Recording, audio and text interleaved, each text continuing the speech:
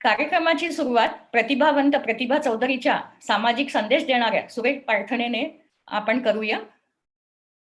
प्रतिभा चौधरी ही अतिशय गुणवान अशी माझी एक मैत्रीण आहे आणि तिची थोडक्यात ओळख करून देणे म्हणजे खरं तर तारेवरची कसरतच म्हणावी लागेल. प्रतिभा चौधरी संगीत विशारद, सायकलिस्ट, आर्टिस्ट तसेच एक उत्तम कूक आहे. आजपर्यंत अनेक मानाचे पुरस्कार मिळाले.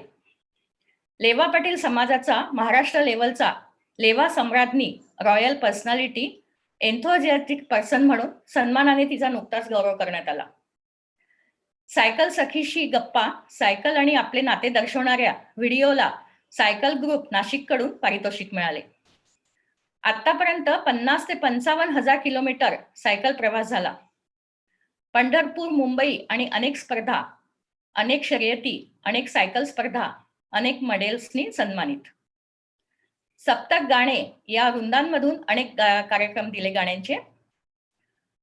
कृपा निमजॉय मातेची गाण्याची सीडी प्रकाशित, तसेच बहिणाबाईंची गाणी त्यांनी गायली आहेत. दिल्लीत खासदार भवनात वारली मधुबनी पेंटिंग केले. तसेच सामाजिक संदेश देणारे 50 बाय 3 फीट पर्यंतचे अनेक वॉल पेंटिंग नाशिकच्या वेगवेगळ्या भागात केले आहेत. पेंटिंग आणि विणकाम ही त्यांची आवड. कलेची जोपासना करताना सामाजिक जाणीव ठेवत त्यांनी गंगापूर रोडवरील आनंदवली या भागातील गरीब मुलींना पेंटिंग शिकवून पेंटिंग, विणकाम, शिवणकामचे प्रशिक्षण दिले आणि स्वावलंबी केले. त्यांची कलाकुसर भारतातच नव्हे तर भारताच्या बाहेर अनेक देशांमध्ये जाते आणि तिथेही ती प्रसिद्ध झाली आहेत. लेखन, वक्तृत्व, योगा, प्राणायाम आणि मेडिटेशन करणाऱ्या आजच्या आपल्या नावाप्रमाणेच प्रतिभावंत असणाऱ्या मान्यवर प्रतिभा चौधरी यांचे आजच्या कार्यक्रमात मी स्वागत करते. आज वर्ल्ड म्युझिक डे आहे. त्यानिमित्ताने त्यांनी या आजच्या जागतिक योगा दिनाच्या कार्यक्रमाची सुरुवात एका सुंदर प्रार्थनेने करावी अशी मी त्यांना विनंती करते. योग जीवनशैलीचे महत्त्व लोकांना समजावे यासाठी गेल्या 5 वर्षापासून 21 जून हा दिवस जागतिक योग दिवस म्हणून आपण साजरा करतो. आजच्या दिवसाचे औचित्य साधत rotary club of Nashik smart सिटीने आजच्या कार्यक्रमाचे आयोजन केले. तसेच आज वर्ल्ड म्युझिक डे देखील आहे. त्या निमित्ताने आजच्या कार्यक्रमाची सुरुवात आपण प्रतिभा चौधरीच्या सुमधुर गाण्याने म्हणजे प्रार्थनेने करूया. धन्यवाद. प्रतिभा, तुला अनम्यूट कर प्लीज. हॅलो, येतं ऐकू? हो, वेलकम. थँक्यू अपर्णा.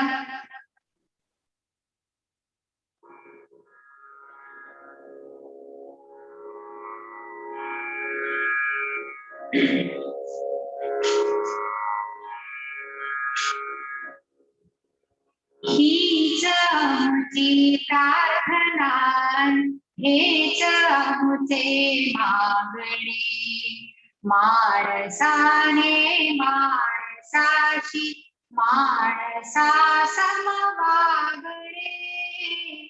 हीच आमची प्रार्थना. धर्म, जाती, प्रांत, भाषा, देश सारे संपुदे. एक निष्ठा, एक आशा, एक रंगी रंगुदे. अनपुन्हा पसरो मनावर शुद्धतेचे चांदणे. माणसाने माणसाशी माणसा सम वागणे. हीच आमची प्रार्थना. भोवताली दाटला अंधार दुःखाचा जरी, सूर्य सत्याचा उद्या उगवेल आहे खातरी. तोवरी देई आम्हाला काजव्यांचे जागणे. माणसाने माणसाशी माणसा सम वागणे. हीच मुझी प्रार्थना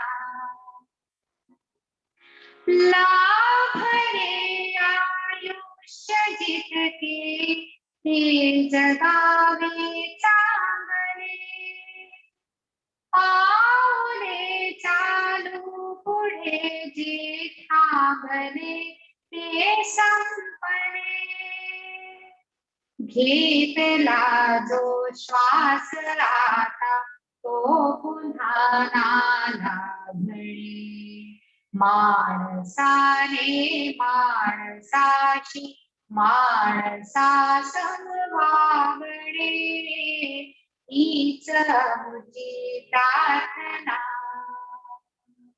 हीच मुझी प्रार्थना हीच मुझी प्रार्थना. धन्यवाद. वा वा, अतिशय सुंदर सामाजिक संदेश देणाऱ्या प्रार्थनेने खरं तर आजच्या कार्यक्रमाची सुरुवात झाली. मला वाटतं म्यूट सगळ्यांचं व्यवस्थित झालं नाही एकदा सेटिंग करूया.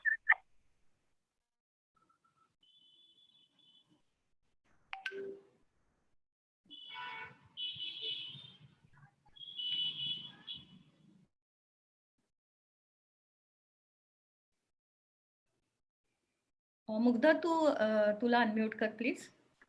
Okay, thank you.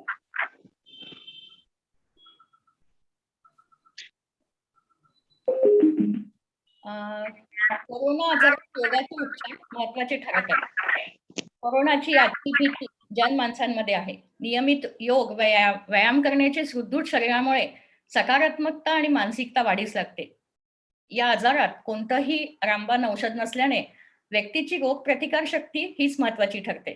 त्यासाठी प्रात्यक्षिकाद्वारे योगाचे महत्व आणि मार्गदर्शन करायला आज आपल्याकडे आले आहेत योग शिक्षिका कीर्ती जाधव. त्यांचा परिचय आणि स्वागत रोटेरियन मुग्धा नागपूरकर यांनी करावे अशी मी त्यांना विनंती करते. Over to Mugdha. Thank you Aparna. Good evening everyone. आज मी रोटेरियन मुग्धा नागपूरकर. आज मला कीर्ती मॅडमचा परिचय देताना खूपच आनंद होत आहे. Mrs Kirti Vinay Jadhav, certified yoga instructor at Government YCB, Ministry of Ayush, and yoga teacher, Pune University, diploma in yoga residential at Yoga Vidya Gurukul, Nasik. Conducting yoga classes since 2014 at Govindnagar, Nasik. During COVID-19 pandemic situation, also conducted class offline and online till today. Courses done: SSS, Slim and Smart Sadhana for weight loss, Garbha Sanskar course. Award: Nation Building Award by Rotary Club of Nasik Smart City in 2018. Two sessions conducted: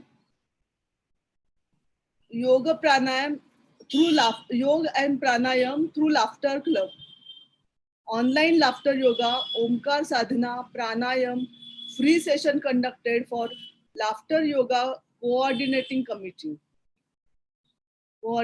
Nasik, attended by Dr. Sushma Dugad, President of Maharashtra Laughter Union, and Advocate Vasant Pekhle sir, Chairman. Thank you. Unmute yourself, Kirti madam.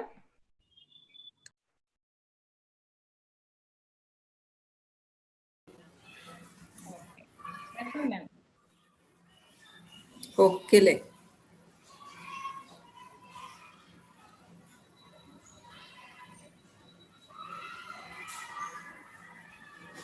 Hello.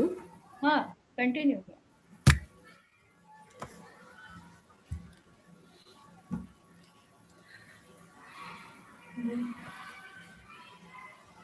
Continue ma'am. Okay okay okay. आवाज येतोय? हो हो. Okay. सर्वप्रथम मान्यवरांना, उपस्थित मान्यवर Aparna madam, Mugdha madam आणि उपस्थित अन्य मान्यवर आणि योग साधिकांना मी मनापासून नमस्कार करते. मुग्धा मॅडमने माझी ओळख तर करूनच दिलेली आहे, पण 2 शब्दात मी माझं इंट्रोडक्शन तुम्हाला देते आणि मग पुढच्या सेशनला आपण सुरुवात करूया. आणि सर्वांना जागतिक योग दिनाच्या खूप खूप शुभेच्छा. निरोगी राहा, आनंदी राहा आणि स्वस्थ राहा हा संदेश आपल्याला योग दिनाच्या दिवशी मी देत आहे.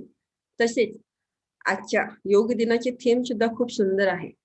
कल्याणकारी योग, कल्याण करणारा योग अशी आजची थीम देखील आहे.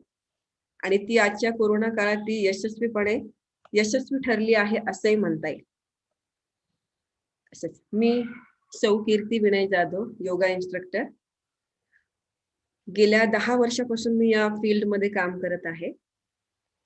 सुरुवातीचे 2 वर्ष मी प्रॅक्टिस केली आणि नंतरची 8 वर्ष मी सक्सेसफुली गोविंदनगर मध्ये महिलांसाठी योग वर्ग घेत आहे. तसेच मी गर्भसंस्कारचे देखील वर्ग घेते. त्यानंतर आता आपण आपल्या सेशनाला सुरुवात करायच्या आधी मी 3 वेळेला ओंकार आणि प्रार्थना म्हणजे गुरुवंदना करून मग आपण सुरुवात करूया. तर सगळ्यांनी कोणत्याही एका ध्यानात्मक आसनामध्ये बसायचं आहे. सुखासनामध्ये बसलं तरी सुद्धा चालणार आहे. हाताची ध्यान मुद्रा करा, पाठीचा कणा ताठ, 3 वेळेला ओंकार आणि गुरुवंदना. तुम्ही माझ्या बरोबर म्हटलात तरी चालणार.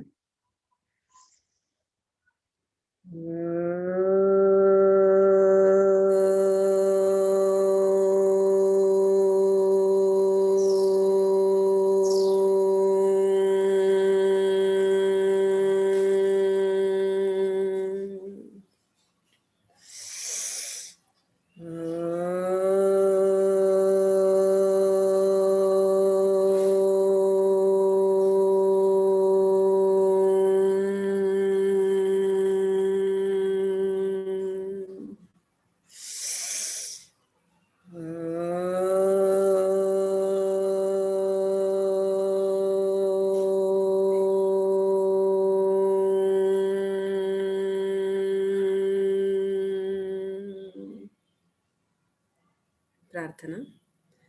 संगच्छध्वं संगदध्वं संगो मनसि जानताम् देवाभागं यथा पूर्वे संजानाना उपासते संजानाना उपासते संजानाना उपासते. सर्वमंगलमांगल्ये शिवे सर्वार्थसाधिके शरण्ये त्र्यंबके गौरी नारायणी नमोस्तुते नमोस्तुते नमोस्तुते. अलगद डोळ्यांवरून हात फिरवा, डोळ्यांना प्रकाशाची जाणीव करून द्या. आता आपण आपल्या सेशनला सुरुवात करत आहोत. सध्या आजूबाजूला जी परिस्थिती आहे कोरोनाची, त्यामुळे सगळ्यांचं जनजीवन हे थोडंसं भयभीत झालेलं आहे. अर्थात आजार जरी मोठा असला तरी आपण त्याच्यावर कंट्रोल करू शकतो एवढी ताकद निसर्गाने आपल्यामध्ये दिलेली आहे. आणि योगाची परंपरा ही आपल्या भारतीयांना लाभली हे आपलं नशीब, किंवा आपण खूप नशीबवान आहोत की आपल्याला ही दैवी देणगी प्राप्त झालेली आहे. आणि आजच्या या कोरोनाच्या काळामध्ये त्या योगाचा प्रसार खूप झपाट्याने झाला, किंवा त्याची जाणीव किंवा त्याचं महत्त्व सगळ्यांना पटलेलं आहे असं मला जाणवलेलं आहे. तर कोरोनाचा जो आजार आहे, ह्या आजारापासून आपण आपल्या स्वतःला कसं किंवा आपली प्रतिकारशक्ती आपण कशी वाढवू शकतो ह्या काळात देखील हे योगाने शिकवलेलं आहे, किंवा योग शिकवत आहे असंही म्हटलं चालेल. मनाचे सामर्थ्य जर आपल्याला टिकवून ठेवायचं असेल, कारण मनाचं सामर्थ्य टिकलं तर आपलं शारीरिक स्वास्थ्य ही चांगलं राहणार आहे. कारण योग हा शरीर आणि मन यांना जोडणारा दुवा मानला जातो. मग मन जर स्वस्थ असेल तर ॲटोमॅटिकली तुमच्या शरीरावर त्याचा चांगला इम्पॅक्ट होतो आणि ॲटोमॅटिकली तुमचं शरीर सुद्धा सुदृढ आणि निरोगी राहतं. पण मग हे कधी शक्य होईल? जेव्हा आपण या दोन्ही गोष्टींची सांगड योगाद्वारे घालू आणि त्या योगाला आपल्या आयुष्यामध्ये सामावून घेऊ किंवा त्याचा अवलंब आपण आपल्या दैनंदिन जीवनामध्ये आपण करू तेव्हाच. कारण मनाची जर प्रतिकारशक्ती जर वाढली, आपल्या विचारांची प्रतिकारशक्ती किंवा विचारांचा पॉझिटिव्हनेस जर आपण वाढवला, तर ॲटोमॅटिकली त्याचा इम्पॅक्ट तुमच्या शारीरिक किंवा फिजिकल शरीरा म्हणजे फिजिकल हेल्थवर सुद्धा होणार आहे. तर आपण याच्या सध्या जे म्युकर मायकोसिस हा डोळ्यांचा जो आजार सध्या पसरलेला आहे किंवा पसरत आहे अजून, तर त्या दृष्टीने आपण योगामध्ये आपल्याला काय काय गोष्टी अवेलेबल आहेत की ज्या गोष्टी आपण त्याचा अवलंब करून आपल्या डोळ्यांची पॉवर आपण वाढवू शकतो. अशा बऱ्याचशा छोट्या छोट्या गोष्टी असतात योगामध्ये की त्याचा जरी आपण अभ्यास केला तरी सुद्धा आपण त्या रोगावर किंवा त्या डिसीजवर मात करू शकतो. कारण प्रत्येकाला सगळ्याच गोष्टी करता येणं पॉसिबल नसतं किंवा मग शक्य नसतं. कोणाचे हेल्थ इश्यूज असतात, त्यामुळे बऱ्याच जणांना काही काही गोष्टी शक्य होत नाही. पण सूक्ष्म व्यायामांनी सुद्धा आपण बऱ्याचशा गोष्टी कव्हर करू शकतो, हे योगाने दाखवून दिलेलं आहे. फक्त आपल्याला ती गोष्ट करताना तेवढे त्या गोष्टीवर आपली श्रद्धा किंवा त्या गोष्टीवर तेवढा पॉझिटिव्ह विचार आपण त्या गोष्टीचा केला पाहिजे. आणि ती गोष्ट करताना त्यामध्ये सातत्य असणं किंवा ती जिद्द असणं खूप गरजेचं असतं योगामध्ये. आणि मग त्या दृष्टीने आपण आता काय काय करू शकतो डोळ्यांसाठी हे आता आपण बघणार आहोत. तर त्यासाठी आपण डोळ्यांचे सूक्ष्म व्यायामापासून सुरुवात करणार आहोत. तर सुरुवातीला कोणत्याही ध्यानात्मक आसनामध्ये आपण बसायचं आहे आणि त्यानंतर डोळ्यांचे सूक्ष्म व्यायामाला आपण सुरुवात करणार आहोत. तुम्ही माझ्या बरोबरीने केलं तरी सुद्धा चालणार आहे. सुरुवातीला पाठीचा कणा ताठ ठेवा, मान सरळ, मानेची हालचाल न करता फक्त डोळ्यांची म्हणजे आपण आपल्या बुबुळांची हालचाल करायची. सुरुवातीला डोळे आकाशाच्या दिशेला 90 डिग्री वर बघायचा प्रयत्न करायचा. थोडा वेळ त्याच पोझिशन मध्ये थांबायचं. त्यानंतर राईट साईडला मान न हलवता फक्त बुबुळ ही राईट साईडला कोपऱ्यामध्ये न्यायची डोळ्याच्या. खाली, लेफ्ट, वर, असं 2 टाइम्स क्लॉकवाईज करायचं आणि 2 टाइम्स अँटी क्लॉकवाईज करायचं. आता बऱ्याच जणांच्या बाबतीत काय घडतं की खूप भरभर डोळे फिरवतात एकदम. तर तसं न करता प्रत्येक म्हणजे वर, खाली, राईट, लेफ्ट कमीत कमी 2 सेकंद तरी आपण त्या ठिकाणी होल्ड केलं पाहिजे. कारण बऱ्याच जणांच्या बाबतीत काय घडतं की डोळ्यांचे सूक्ष्म व्यायाम करत असताना बऱ्याच जणांना थोडंसं डोकं दुखल्यासारखं किंवा चक्कर आल्यासारखं होऊ शकतं. मग ते होऊ नये किंवा बाय चान्स तसं जर झालं तर त्यात घाबरण्यासारखं काही नसतं. ती नॉर्मल गोष्ट आहे. कारण आपण हे सूक्ष्म व्यायाम डेली रुटीनमध्ये आपण असे थोड्या वेळ बसून शांततेत बसून करत नाही, त्यामुळे हा थोडीशी त्याची रिॲक्शन असते. पण तीच जर गोष्ट तुम्ही डेली रुटीनमध्ये करत राहिलात ती तुमच्या अंगवळणी पडते आणि मग ऑटोमॅटिकली हे चक्कर येणं वगैरे हे ऑटोमॅटिकली कमी व्हायला लागतं. त्यानंतर पुढचा प्रकार आहे नासाग्र दृष्टी. नासाग्र दृष्टी म्हणजे नाकाच्या टोकाकडे बघायचं. समजा नाकाचं टोक आपल्याला दिसलं नाही तर बोट ठेवायचं आणि बोटाच्या टिपकडे म्हणजे या टोकाकडे बघायचा प्रयत्न करायचा. थोड्या वेळा आपली नजर त्या टिपवर होल्ड करून ठेवायची.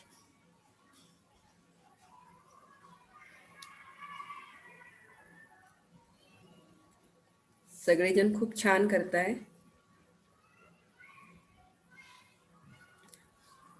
पुढचा प्रकार शांभवी मुद्रा. शांभवी मुद्रा म्हणजे भुवयांच्या मध्यभागी तिथे भुवयांच्या मध्यभागी बघण्याचा प्रयत्न करायचा. जिथे आपण लेडीज टिकली लावतो तो पॉइंट म्हटला तरी चालेल.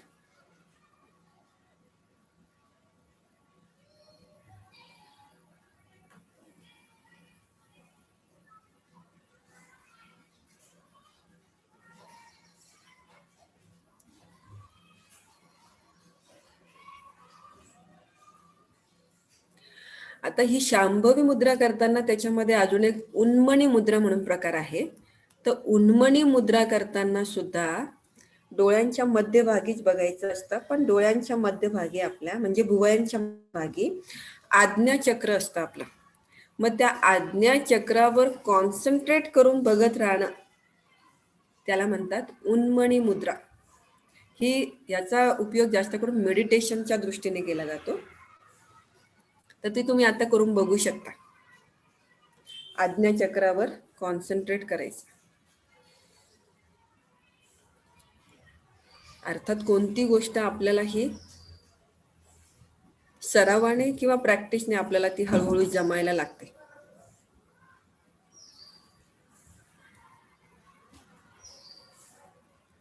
थोडंसं कधी तुम्हाला असं वाटलं गरगरल्यासारखं तर डोळे अलगद बंद करायचे आणि थोडा वेळ त्याच पोझिशनमध्ये रिलॅक्स व्हायचं. ह्या सगळ्या सुरुवातीला घडणाऱ्या गोष्टी. पुढचा प्रकार त्राटक. त्राटक हा प्रकार मेडिटेशनच्या दृष्टीने सुद्धा यूज केला जातो आणि डोळ्यांची पॉवर वाढवण्याच्या दृष्टीने किंवा डोळ्यांचं आरोग्य चांगलं ठेवण्याच्या दृष्टीने सुद्धा उपयोगात आणली जाते. म्हणजे दोन्ही फायदे आपल्याला मिळत आहे. आता त्राटक हा प्रकार जेव्हा आपण मेडिटेशन म्हणजे आपला ताण तणाव कमी करण्याच्या दृष्टीने जेव्हा आपण त्याला यूज करणार, त्यावेळेला जर तुम्ही आपल्या डोळ्यासमोर एखादं ओंकाराचं चित्र लावलं आणि युट्यूबवर 4 ओंकार लावला आणि मग तो त्राटक प्रकार जर तुम्ही करत राहिलात तर तुम्हाला मेडिटेशन म्हणजे मानसिक ताणतणाव मेंटली सुद्धा फायदा मिळाला आणि प्लस डोळ्यांची पॉवर वाढण्यास सुद्धा तुम्हाला मदत झाली. पण हा प्रकार जर तुम्ही सातत्याने करत राहिलात तर काही दिवसांनी तुम्हाला त्याचा रिझल्ट हा दिसायला लागतो. असं नाही की तुम्ही आज केलं आणि लगेचच तुम्हाला उद्या रिझल्ट दिसला, असं कोणत्याच बाबतीत घडत नसतं. कोणती गोष्ट ही सरावाने आणि प्रॅक्टिसनेच येते आणि त्याचा रिझल्ट हळूहळू दिसायला लागतो. योगामध्ये साधारणतः कोणत्याही गोष्टीचा रिझल्ट जर आपल्याला हवा असेल तर त्यासाठी कमीत कमी, तसं तर एका महिन्यातच आम्हाला काही गोष्टींचे रिझल्ट हे दिसायला लागतात, पण कमीत कमी 3 महिन्याचा कालावधी आपण त्या गोष्टीला दिला पाहिजे. मग हळूहळू आपल्या शरीरामध्ये झालेले चेंजेस किंवा बदल आपल्याला जाणवायला लागतात. ठीक आहे. त्यानंतर पुढचा प्रकार आहे पापण्यांची हालचाल, पापण्यांची उघडझाप करायची. आता याच्यामध्ये अजून एक गोष्ट अशी आहे की पापण्यांची उघडझाप ही फक्त आता क्लास चालू आहे किंवा सेशन चालू आहे म्हणून करू नका. प्रत्येक जण, आता मुलांच्या बाबतीत जर विचार केला तर मुलं लॅपटॉप खूप यूज करतात. काही जॉबच्या निमित्ताने सुद्धा त्यांना यूज करावा लागतो. लेडीजला सुद्धा कधी कधी जॉबच्या निमित्ताने लॅपटॉप समोर काम करावं लागतं. तर अशा वेळेला काय होतं की डोळ्यांवर खूप जास्त प्रमाणात ताण येतो. त्यामुळे डोळ्यांखालचे डार्क सर्कल्स यायला लागतात.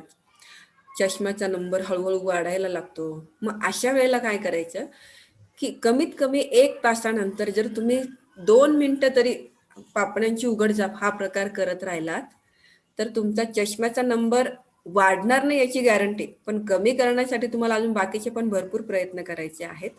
तर हा एक फायदा त्याच्याने आपल्याला मिळणार आहे. आणि प्लस ज्यांना झोप लागत नाही, निद्रानाश, इन्सोमिनिया, त्यांच्यासाठी सुद्धा डोळ्यांची उघडझाप करणे हा प्रकार खूप फायदेशीर ठरतो.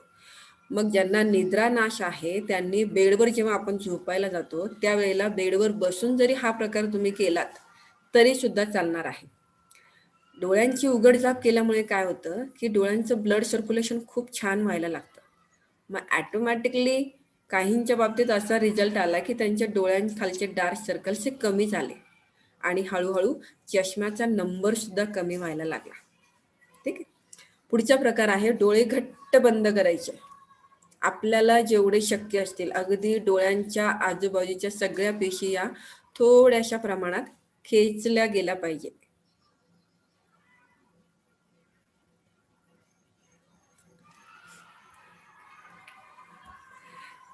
ताण दिल्यामुळे काय होतं, मी मगाशी जसं सांगितलं की ब्लड सर्क्युलेशन हे प्रॉपर होते.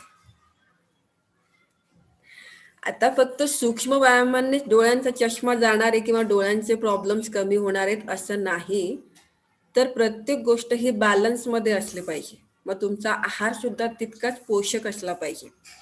मग आपल्या आहारामध्ये पालेभाज्या असणं किंवा सॅलड खाणं, गाजरचा ज्यूस पिणं, ह्या सगळ्या गोष्टी आपल्या आहारामध्ये असल्या पाहिजे. आणि आपली लाईफस्टाईल जी आहे ती थोडीशी आपल्याला चेंज करावी लागते, जेणेकरून आपल्याला आपल्या आजारावर कंट्रोल करता येतो किंवा तो क्युअर करता येतो. नुसतंच सूक्ष्म व्यायाम किंवा नुसतंच योगाने आजार कव्हर होत नाही, तर ह्या सगळ्या गोष्टी बॅलन्समध्ये आपल्याला हे कराव्या कव्हर कराव्या लागतात, तेव्हा कुठे जाऊन आपल्याला तो आजार मुळापासून बरा करता येतो. ठीक आहे. आता पुढचा प्रकार आहे की डोळे क्लॉकवाईज आणि अँटी क्लॉकवाईज फिरवायचे असतात. म्हणजे ळ जो असतो, ळचा शेप कसा असतो त्या पद्धतीने डोळे क्लॉकवाईज आणि अँटी क्लॉकवाईज फिरवायचे असतात. मी जसं मगाशी म्हटलं, सुरुवातीला गरगरल्यासारखं होऊ शकतं, पण ती नॉर्मल गोष्ट आहे. तुम्ही जर असं ठरवलं की मी दिवसभरातून भले मला अर्धा मिनिट टाइम मिळाला किंवा 1 मिनिट टाइम मिळाला, तर मी ही एक एक्सरसाइज किंवा एक सूक्ष्म व्यायाम रोज करेन, असं जरी तुम्ही ठरवलं तरी आपण बऱ्याचशा गोष्टींवर कंट्रोल करू शकतो. मग त्यासाठी डॉक्टरकडे जाण्याची पण तुम्हाला गरज पडणार नाही. म्हणजे बऱ्याचशा गोष्टी आहेत की त्या आपल्याच हातात आहे.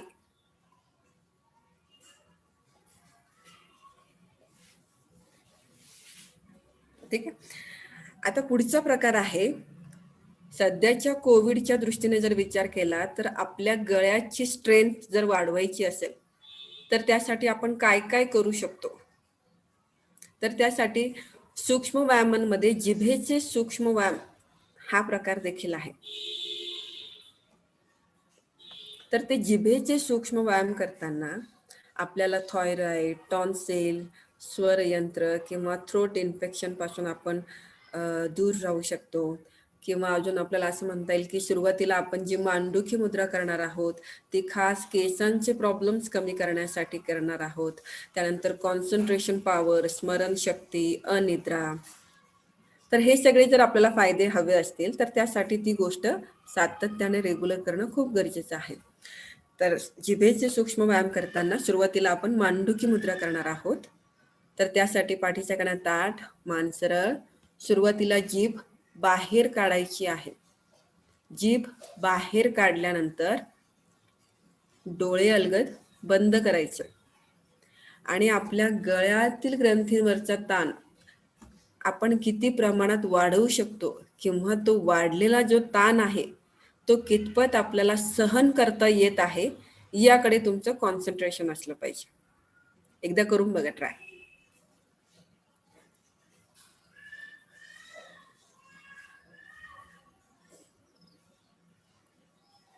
या गोष्टी आपण लहानपणी बऱ्याच केलेल्या आहे, फक्त त्याचे फायदे आपल्याला माहिती नव्हते, एवढाच फरक आहे.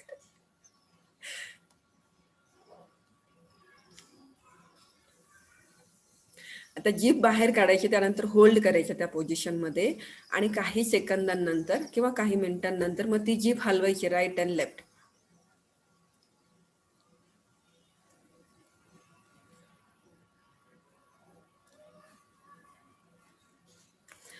तुम्ही जर नीट निरीक्षण केलं तर आपल्या जिभेच्या खाली वेगवेगळ्या पेशी ह्या एकमेकांना कनेक्टेड आहे. मग ते डोळे असो, कान असो, नाक असो, सगळ्यांच्या. त्यामुळे जीभ हलवल्यामुळे भरपूर प्रकारचे आपल्याला फायदे मिळणार आहेत.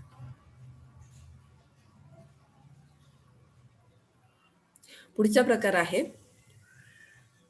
शीतली. शीतली हा प्रकार केल्यामुळे काय होतं, उष्णतेचे विकार कमी होण्यास मदत होते. कारण जेव्हा आपण चोचीतून श्वास आतमध्ये घेणार आणि उष्णतेचे विकार कमी होतात आणि प्लस पोटाशी रिलेटेड तुमचं जे काही, जसं आपण म्हणतो पित्ताशी रिलेटेड किंवा आम्लपित्त, अल्सर, त्या दृष्टीने पण फायदेशीर आहे. तर ती कशी करायची मी तुम्हाला एकदा दाखवते. जिभेचा चोचीसारखा आकार करायचा आणि जिभेच्या टोकाकडे बघायचा प्रयत्न करायचा आता जर तुम्हाला प्रयत्न करून सुद्धा जीभ फोल्ड करता आली नाही तर ॲज इट इज तशीच बाहेर काढायची आणि डोळ्यांनी जिभेच्या टोकाकडे बघायचा प्रयत्न करायचा.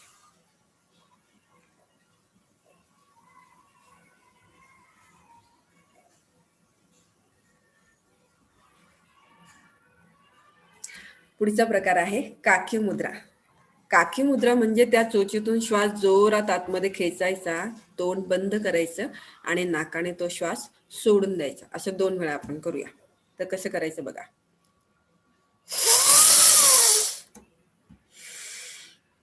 श्वास घेत असताना सुर असा आवाज आला पाहिजे. एवढं तोंड उघडायचं नसतं. जस्ट तुमची जीभ जेवढी बाहेर आहे तेवढंच ओपन करायचं, तरच तुम्हाला ती श्वास किंवा ती हवा आतमध्ये खेचता येईल.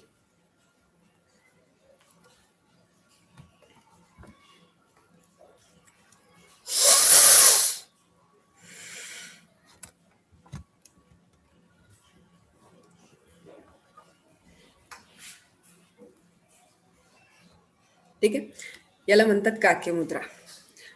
हा सुद्धा प्रकार उष्णतेचे विकार किंवा कफदोष यासाठी पण त्याचा फायदा होतो आपल्याला. पुढचा प्रकार आहे जीभ आत बाहेर आत बाहेर.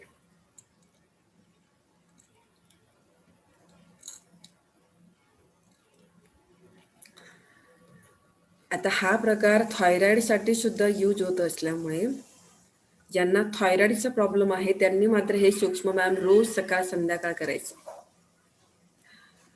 आमच्या क्लासमधल्या लेडीजचा बऱ्याच जणांचा अनुभव आहे असा की एका लेडीजचा जो रिपोर्ट आहे थायरॉइडचा तो जवळजवळ 17 ते 18 होता. पण मग त्या लेडीजने हे थायरॉइडचे सूक्ष्म व्यायाम प्लस अजूनही काही आसनं वगैरे असतात, सिंहमुद्रा वगैरे असते, त्या तिने फॉलो केला आणि प्लस त्याच्याशी रिलेटेड काही आयुर्वेदिक औषधं आहे जी घरगुती आपल्या, ती तिने घेतल्यानंतर साधारणतः 3 महिन्यानंतर तिचा तो रिपोर्ट 5 ते 6 म्हणजे नॉर्मलमध्ये आला. पण त्यासाठी त्या लेडीजने भरपूर एफर्ट्स देखील घेतलेले होते. सांगायचं तात्पर्य हे की आपण जर जिद्द ठेवली किंवा आपण जर ती गोष्ट ठरवली तर नक्कीच करू शकतो. आलं लक्षात. पुढचा प्रकार आहे शितकारी. शितकारी करताना दातांवर ठेवायचे, दातांच्या फटीतून श्वास आतमध्ये घ्यायचा, तोंड बंद करायचं आणि नाकाने श्वास सोडून द्यायचा. असे 2 वेळा.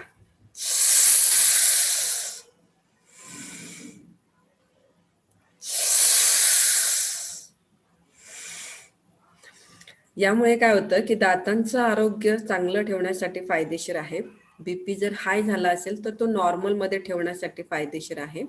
प्लस उष्णतेचे विकार कमी करण्याच्या दृष्टीने सुद्धा हा प्रकार फायदेशीर ठरतो. पुढचा प्रकार आहे जिव्हा बंद. जिव्हा बंद म्हणजे आपली जीभ वरती टाळूला चिटकवायची आणि आपल्या जिभेच्या खाली जो छोटासा पडदा असतो त्याला स्प्रेड करायचं असतं. त्याला म्हणतात जिव्हा बंद. हा खास कानाशी रिलेटेड आजारांसाठी केला जातो. तर जिव्हा बंद करताना जीभ टाळूला चिटकवायची. एकदा ट्राय करून बघा तुम्ही सगळ्यांनी पण. जसं नॉर्मली आपण लहानपणी बघा असा आवाज करायचो, तर जीभ टाळूला चिकटते बघा. मग ती जीभ त्यावेळेला होल्ड करून ठेवायची. जर तुमचा आवाज आला तर तुमचा बंद सुटला असं समजायचं. तर मग आवाज न करता पण आपण ती गोष्ट करू शकतो. पण एखाद्याच्या समजा नाहीच लक्षात आले एखाद्या स्टुडंटच्या, तर मग अशा पद्धतीने ती व्यक्ती तो जिव्हा बंद बांधू शकते. ठीक आहे. त्यानंतर पुढचा प्रकार आहे जबड्याचा सूक्ष्म व्यायाम. तो राईट आणि लेफ्ट फिरायचा. याचा फायदा कानाला पण होणार आणि तुमच्या थायरॉइड, पॅराथायरॉइड, T3, T4, स्वरयंत्र, टॉन्सिल या सगळ्यांना पण होणार आहे.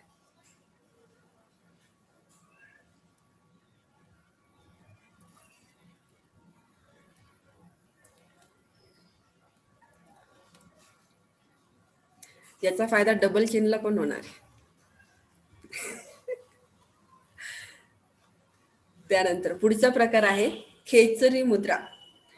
खेचरी मुद्रा ही आपल्या तोंडामध्ये ज्या लाळ ग्रंथी असतात, सलायवा ग्रंथी, त्या ग्रंथींना ऍक्टिव्ह ठेवण्यासाठी, त्यांचा स्टॅमिना, त्यांची स्ट्रेंथ वाढवण्याच्या दृष्टीने केली जाते. तसेच खेचरी मुद्रा ही केल्यामुळे दीर्घायुष्य लाभतं असं पुस्तकामध्ये म्हटलेलं आहे. त्यानंतर खेचरी मुद्रा केल्यामुळे जी मुलं बोबडे बोलतात किंवा ज्यांना उच्चार करताना प्रॉब्लेम येतो, याचा अर्थ त्यांच्या जिभेला जे जडत्व आलेलं असतं ते जडत्व कमी करून जिभेला हलकेपणा आणण्याच्या दृष्टीने सुद्धा खेचरी मुद्रा केली जाते. तसेच तहान आणि भूक यावर कंट्रोल ठेवता यावा यासाठी देखील खेचरी मुद्रा केली जातात. तर खेचरी मुद्रा करताना काय करायचं, इमॅजिन करा की ही तुमची जीभ आहे आणि हे जिभेचं टोक आहे. तर हे जिभेचं टोक उलट करायचं आणि तुमच्या गळ्यामध्ये एक मांसल भागाचा लटकता पोर्शन असतो बघा, त्याला पडजीभ म्हणतात. मग त्या पडजीभला ती जीभ उलटी करून अशी टच करायची असते, त्याला म्हणतात खेचरी मुद्रा. याच्यामुळे तुमच्या गळ्याची स्ट्रेंथ देखील वाढणार आहे आणि सध्याच्या कोविडच्या दृष्टीने तुमच्या गळ्याची स्ट्रेंथ वाढवण्याच्या दृष्टीने किंवा थ्रोट इन्फेक्शन पासून बचाव करण्याच्या दृष्टीने या सगळ्या जे जिभेचे सूक्ष्म व्यायाम आहे हे तुम्हाला फायदेशीर ठरणार आहेत. आता एखाद्याची जीभ इझिली टच होते किंवा एखाद्याला खूप प्रयत्न करावे लागतात त्या गोष्टीसाठी. ठीक आहे. तर आता हे आपण बघितली सध्या कोविडच्या दृष्टीने गळ्याची स्ट्रेंथ वाढवण्यासाठी आपण जिभेचे सूक्ष्म व्यायाम बसल्या बसल्या एनी टाइम केव्हाही करू शकता. त्याला जेवणाचं किंवा असं कोणत्याही गोष्टीचं खास बंधन नसतं.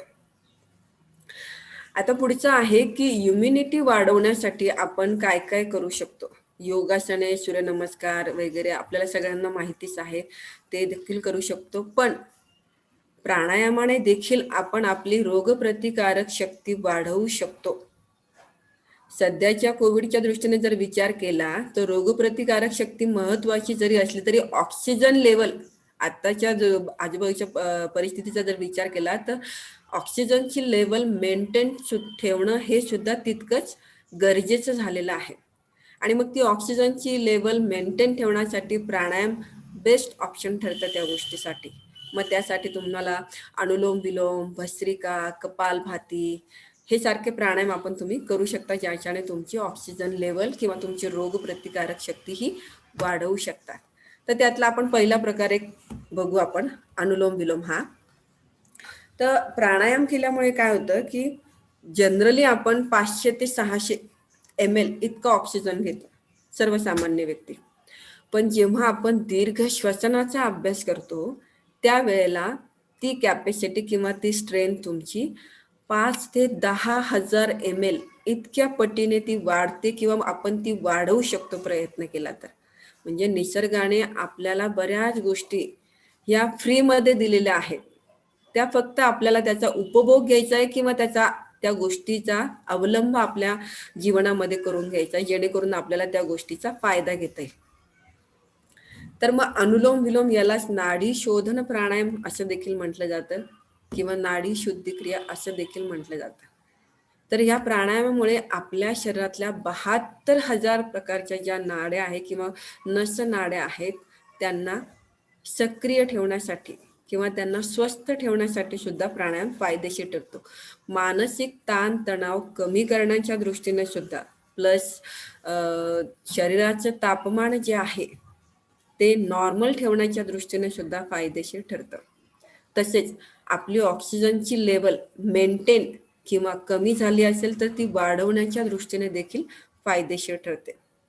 याच्यामध्ये अजून एक महत्वाची गोष्ट अशी आहे की जेव्हा आपण प्राणायाम करतो, जर आपल्याला शक्य असेल तर, ठीक आहे, तुम्ही कडुनिंबाच्या झाडाखाली बसलात किंवा तुमच्याकडे आजूबाजूला जर परिसरामध्ये अवेलेबल असेल तर कडुनिंबाच्या झाडाखाली बसलात किंवा उंबराचं झाड आहे, वडाचं झाड आहे, पिंपळाचं झाड आहे, ह्या झाडांमधून ऑक्सिजन हा खूप जास्त प्रमाणात बाहेर म्हणजे पसरतो किंवा आपल्याला तिथून तो ऑक्सिजन जास्त प्रमाणात आपल्याला मिळू शकतो.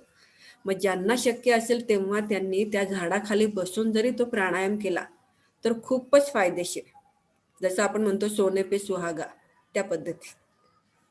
तर मग हे जे प्राणायाम आहेत तर हे कसे करायचे याचं ज्ञान आपल्याला असलं पाहिजे.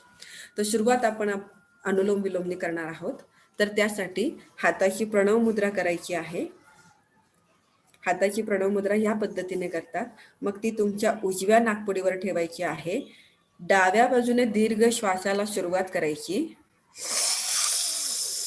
दीर्घ श्वास घेतल्यानंतर अनामिका म्हणजे करंगळी शेजारचं जे बोट आहे, करंगळी शेजारच्या बोटाने नाकपुडी बंद करायची, ऑपोजिटने श्वास म्हणजे डाव्या बाजूने श्वास सोडून द्यायचा. पुन्हा लेफ्टने श्वास घ्यायचा,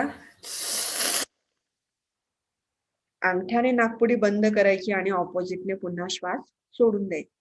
म्हणजे थोडक्यात काय, राईटने श्वास घ्यायचा, डाव्या बाजूने सोडायचा, डाव्या बाजूने घ्यायचा आणि ऑपोजिटने सोडायचं. असं ते चक्र कंटिन्युअसली चालू ठेवायचं असतं. त्याच्यामुळे काय होतं, आपली सूर्य नाडी म्हणजे उजवी नाकपुडी जी आहे ती सूर्य नाडी असते आणि डावी नाकपुडी ही चांद्र नाडी असते. त्यामुळे ह्या दोन्ही नाड्या ऍक्टिव्ह होतात. प्लस तिसरी जी नाडी असते सुषुम्ना नाडी, ती सुद्धा या प्राणायामामुळे ऍक्टिव्ह होते. त्याच्यानंतर पुढचा प्रकार आहे भस्त्रिका. भस्त्रिका केल्यामुळे कफदोष ज्यांना आहे, ज्यांना नेहमी सर्दी, सायनस किंवा ब्रोंकायटिस आहे किंवा दमा, अस्थमा, वारंवार ज्यांना सर्दी होते, सायनसचा प्रॉब्लेम क्रिएट होतो, किंवा सध्याच्या कोविडच्या दृष्टीने जर विचार केला तर आपल्या लंग्स म्हणजे फुफ्फुसांची कॅपॅसिटी वाढवण्याच्या दृष्टीने देखील प्राणायाम खूपच फायदेशीर ठरतात.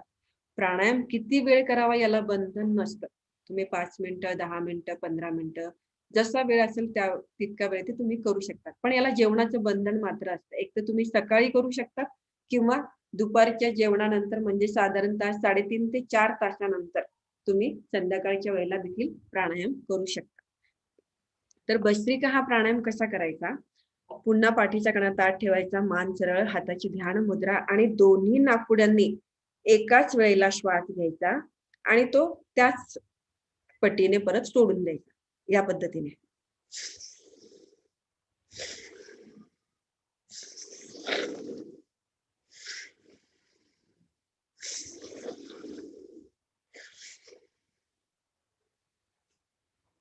आता ज्यांना हाय बीपीचा त्रास आहे त्यांना कदाचित दीर्घ श्वसन घेतल्यामुळे थोडंसं चक्कर आल्यासारखं होऊ शकतं, पण मग त्यांनी तो स्पीड थोडासा कमी करायचा. आणि बाकीचे जे नॉर्मल आहेत, ज्यांना कोणत्याही प्रकारचा फिजिकल प्रॉब्लेम नाही, त्यांनी मात्र स्पीडने घ्यायचा आणि स्पीडने तो श्वास सोडून द्यायचा. आलं लक्षात? हा झाला भस्त्रिका प्राणायाम. पुढचा आहे कपालभाती प्राणायाम. कपालभाती प्राणायामामध्ये खूप महत्व आहे, कारण 100 पैकी 99% आजारांचं सोल्युशन आपल्याला कपालभाती या प्राणायाम मध्ये मिळतं. याच्यामध्ये कळत न कळत आपण श्वास हा घेत असतो, पण जाणीव फक्त आपल्याला सोडतानाची होत असते किंवा आपलं कॉन्सन्ट्रेशन फक्त श्वास सोडण्याकडे असलं पाहिजे. मग जेव्हा आपण श्वास सोडतो तेव्हा पोट ऑटोमॅटिकली आतल्या दिशेला जातं. ठीक आहे, तर मी तुम्हाला एकदा डेमो करून दाखवते फक्त.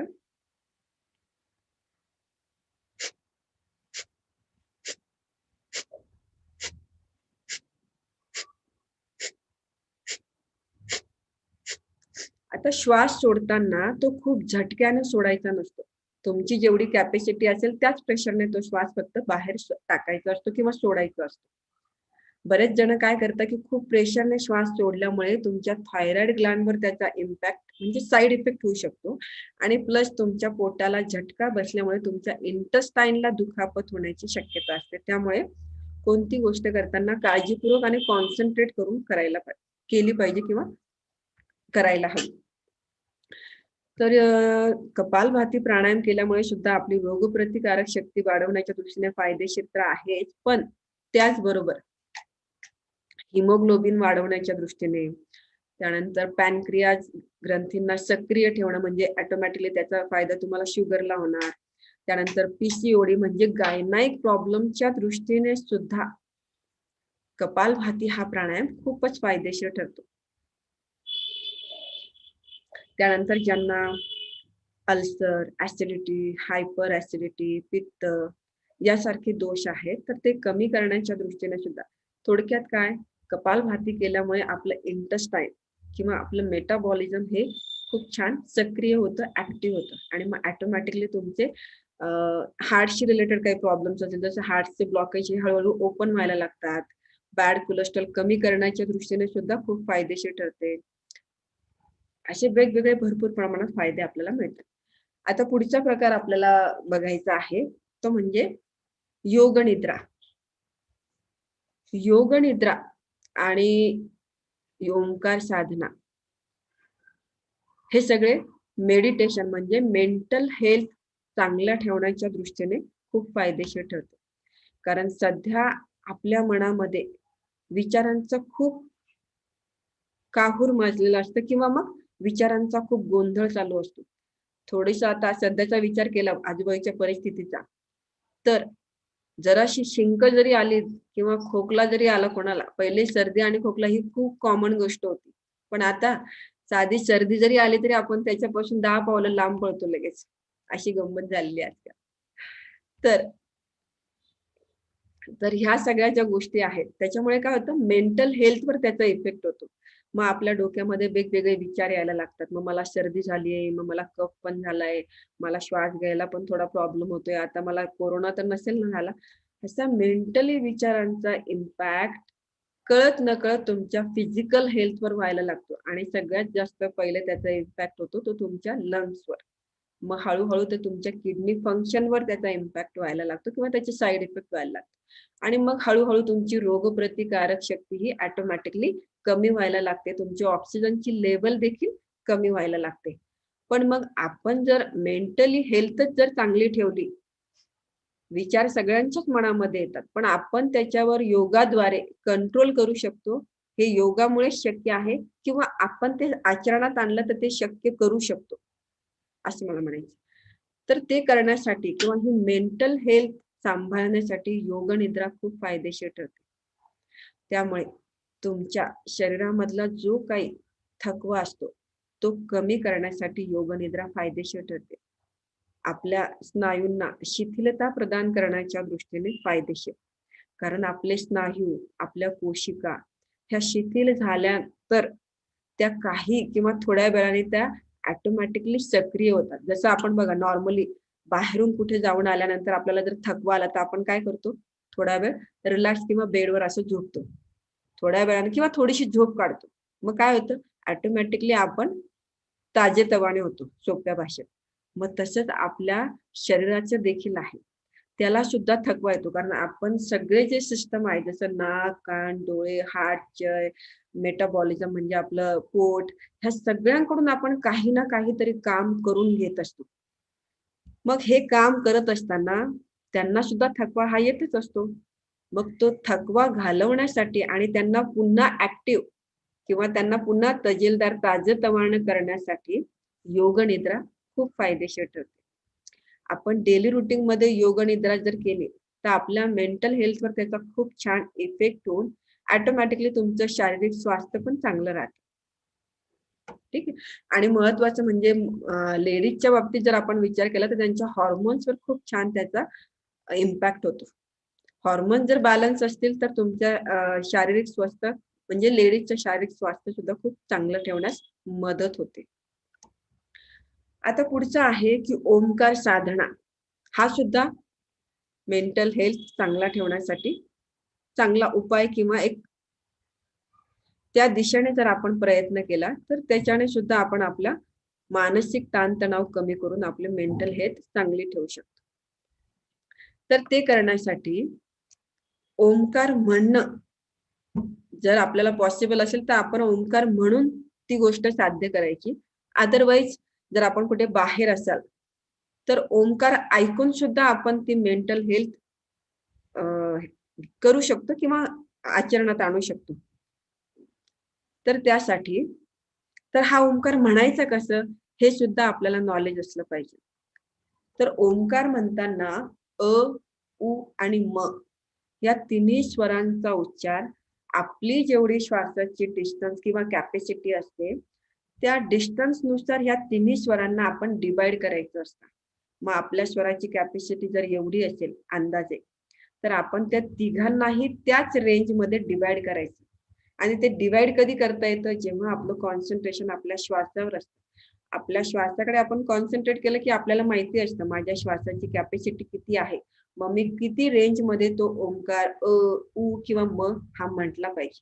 हे जर ज्ञान तुम्हाला जर आलं किंवा तुम्ही त्याची प्रॅक्टिस जर केली तर अ, उ आणि म या तिन्ही स्वरांचे वेगवेगळ्या प्रकारचे फायदे तुम्हाला घेता येईल. म्हणजे शारीरिक पण फायदे तुम्हाला मिळणार आहेत आणि प्लस मानसिक फायदे देखील तुम्हाला यातून मिळणार आहे. तर आपण एक 3-5 वेळा आपण ओंकार म्हणून घेऊ. तुम्ही पण म्हणायचं आहे माझ्या बरोबर, जेणेकरून तुम्हाला त्या गोष्टीचा अनुभव येईल की ओंकार म्हटल्याने आपल्याला काय काय फायदे मिळतात.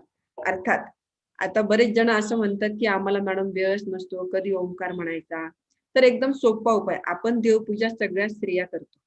मग देवपूजा करताना सकाळी वेळ नाही मिळाला तर आपण संध्याकाळी एक 5 मिनिटं वेळ काढून साधारणतः 21 वेळा जरी तुम्ही ओंकार म्हटला किंवा घड्याळात टाइम लावला 5 मिनिटं जरी म्हटला, तरी सुद्धा तुम्हाला त्या ओंकाराचे फायदे तुमच्या मानसिक हेल्थच्या दृष्टीने आणि प्लस फिजिकल हेल्थच्या दृष्टीने सुद्धा मिळणार आहे. कारण ओंकारामुळे स्ट्रेस कमी होतो, बीपी हाय झाला असेल तर तो नॉर्मल मध्ये आणण्यास मदत होते. तसेच डिप्रेशन आलं असेल किंवा एन्झायटी म्हणजे एन्झायटी म्हणजे कसं होईल, त्याला सोप्या भाषेत मूड स्विंग्स म्हणतात. म्हणजे आपण मध्येच एकदम छान हसतो खेळतो असतो आणि मध्येच आपली एकदम चिडचिड व्हायला लागते. आपण मुलांवर रागवतो किंवा असं अजूनही काही वेगवेगळे असे मूड स्विंग्स होतात. तर हे मूड स्विंग्स कमी करण्याच्या दृष्टीने सुद्धा ओंकार फायदेशीर ठरतो. प्लस तुमच्या थायरॉइड ग्लँड सध्याच्या कोविडच्या दृष्टीने विचार केला तर तुमच्या गळ्याची स्ट्रेंथ वाढवण्याच्या दृष्टीने, रोगप्रतिकारक शक्ती वाढवण्याच्या दृष्टीने देखील ओंकार साधनेचा उपयोग केला जातो. ठीक आहे. तर ती म्हणताना काय करायचं, पाठीचा कणा ताठ ठेवायचा, मान सरळ ठेवायची, डोळे अलगद बंद करायचे. सुरुवातीला आपलं लक्ष आपल्या श्वासाकडे केंद्रित करायचं.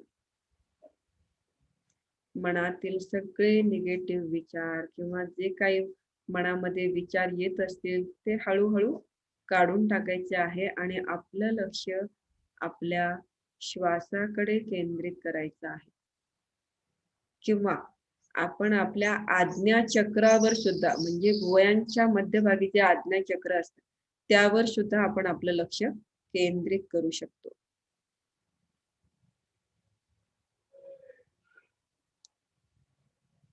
मन शांत आणि शिथिल झालेले आहे. आता सगळ्यांनी ओंकार 5 वेळा ओंकार म्हणायचा आहे.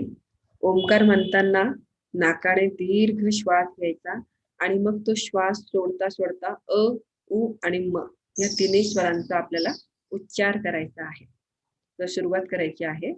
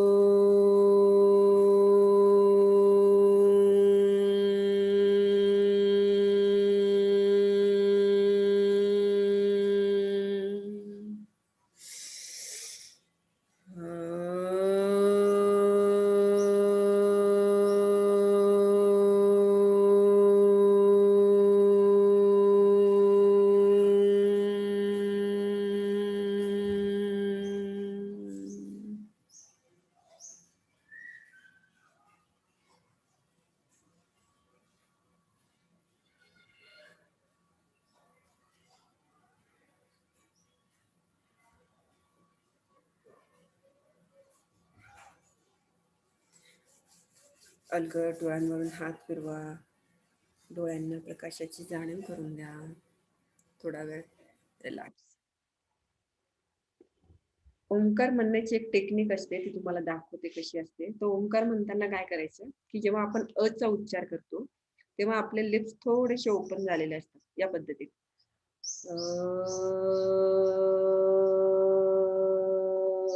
आता उ म्हणताना तोंडाचा चंबू तयार होतो.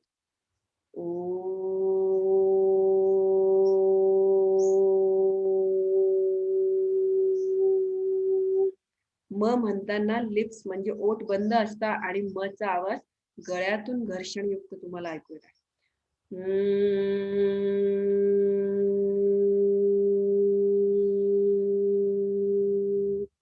ही ओंकार म्हणायची पद्धत असते. तर शेवटचा जो म होता त्याचा फायदा तुमच्या लक्षात आलाच असेल की ऑटोमॅटिकली तुमच्या गळ्याची स्ट्रेंथ किंवा थायरॉइड ग्रंथी नंतर स्वरयंत्र ह्या दृष्टीने खूपच फायदेशीर ठरतात. तर मॅडम वेळ आहे का अजून? हो, काही प्रॉब्लेम नाही. ओके. बरं, अजून एक छोट्या छोट्या टिप्स द्यायच्या होत्या तुम्हाला. हो, त्या तुम्हाला सेशन मध्ये मला सांगता नाही आल्या. आता तुम्हाला खास त्याची सेशन सांगते काय काय असतात टिप्स. तर सध्या रोगप्रतिकारक शक्ती वाढवण्याच्या दृष्टीने आपण घरगुती काय काय गोष्टी करू शकतो. एकदम सोप्या असतात. आपण असं म्हणतो बघा, आजीच्या बटव्यामध्ये बऱ्याच काही आयुर्वेदिक गोष्टी टिप्स आपण लहानपणापासून ऐकत आलेलो आहोत. फक्त फरक एवढाच असतो की आपण त्याला व्हॅल्यू दिली नाही किंवा आपण त्या कधी आचरणात आणल्या नाही. तर त्या छोट्या छोट्या टिप्स कोणत्या आहेत बघा. आता रोज जर तुम्ही सकाळी उठल्यानंतर तुळशीचे 10-12 पानं जर तुम्ही घेतली आणि ती मिठाच्या पाण्यामध्ये स्वच्छ धुवून ते जर तुम्ही चावून जर खाल्ले तर तुमची ऑक्सिजनची लेवल वाढण्यास मदत होते आणि प्लस तुमची रोगप्रतिकारक शक्ती मेंटेन किंवा वाढवण्यास मदत होते. तर ही एक गोष्ट आहे. प्लस जनरली आपण बघा मिठाच्या पाण्याने गुळण्या करतो बघा. डॉक्टर आपल्याला सजेस्ट करतात जर घसा खवखवायला लागला किंवा आपल्याला जर असं जाणवलं तर आपण लगेच डॉक्टर म्हणतात की तुम्ही मिठाच्या पाण्याने तुम्ही गुळण्या करा. पण त्याला एक बेस्ट ऑप्शन अजून एक असं आहे की जर तुम्ही मिठाच्या ऐवजी तुरटीचा वापर जर केला, तुरटीची पावडर ही सगळीकडे अवेलेबल आहे, तर कोमट पाणी घ्यायचं ग्लासभर आणि त्यामध्ये जेवढं तुम्ही मीठ टाकतात त्याच्यापेक्षा थोडं कमी जरी तुम्ही तुरटीची पावडर टाकली आणि त्याच्याने जर तुम्ही सकाळ संध्याकाळ जर गार्गल गुळण्या केला तर त्याचा इम्पॅक्ट तुमच्या तुमच्या गळ्यावर खूप छान होतो. तुम्हाला गळ्यामध्ये कोणत्याही प्रकारचा संसर्ग किंवा इन्फेक्शन होणार नाही. जसं आता सध्याचे जे कोविडचं आहे ते म्हणतात, तर त्याचा सुद्धा तुम्हाला लवकर इन्फेक्शन होणार नाही. आणि अजून एक गोष्ट अशी आहे की समजा ती गुळणी करताना जर तुमच्या तोंडातून अचानक पाणी खाली पोटात गेलं तरी सुद्धा टेन्शन घेण्यासारखं नसतं. कारण ते तुरटीचं पाणी पोटात जरी गेलं तर नो साईड इफेक्ट, त्याचा चांगलाच फायदा मिळतो तुम्हाला. पोटात जर चुकून पाणी गेलं तर किडनी स्टोन वाल्यांसाठी ते खूप फायदेशीर ठरतं. ठीक आहे. अर्थात ते लगेच घेतलं पाहिजे असं नाही. चुकून गेलं तर तुमच्या मनात जर तसं काही डाऊट आला, अरे आता माझ्या तोंडातून तर चुकून पाणी पोटात गेलं, आता मला नक्कीच काहीतरी होणार, तर असं काही नाहीये. ठीक आहे. आणि एक गोष्ट नेहमी लक्षात ठेवायची, कोणतीही गोष्ट करताना ती मनापासून पॉझिटिव्ह विचारांनी करा. त्या गोष्टीवर आपली श्रद्धा असली पाहिजे, तर त्याचा रिझल्ट देखील तितकाच छान मिळतो. आता माझ्या बाबतीत जर म्हणाल तर माझ्या निसर्गाने आपल्याला ज्या ज्या गोष्टी दिलेल्या आहेत त्यावर माझा खूप विश्वास आहे.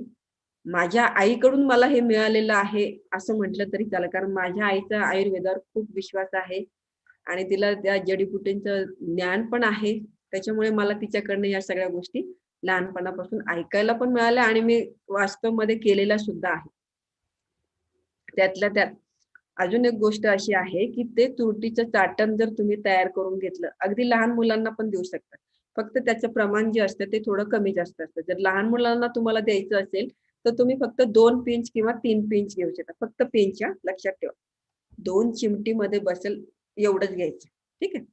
तर मग ते लहान मुलांच्या बाबतीत त्याचं क्वांटिटी असेल की 2 पिंच घ्यायची तुरटीची पावडर आणि त्याच्यामध्ये 1 चमचा मध. तुम्हाला मध किती टाकलं तरी काही इश्यू नाही लहान मुलांच्या बाबतीत विचार केला, कारण मुलं लवकर औषधं घेत नाही. मग मध थोडं जास्त टाकलं तरी काही इश्यू नाही. त्याचं छान चाटण तयार करायचं आणि रोज रात्री झोपताना, अर्थात हे सगळ्यांनी जर घेतलं, सध्याच्या बाहेरच्या परिस्थितीचा विचार जर तुम्ही केला तर आपली हे स्ट्रेंथ टिकवून ठेवणं खूप गरजेचं आहे. आणि मग त्याला तुरटीचा वापर करणं हे खूप फायदेशीर ठरतं, कारण तुरटी ही सोप्या भाषेत सांगायचं तर जंतुनाशक आहे. त्यामुळे ते चाटण तयार करून अगदी लहानांपासून तर सिनियर सिटीजन पर्यंत सगळ्यांनी घेतलं तरी चालणार आहे.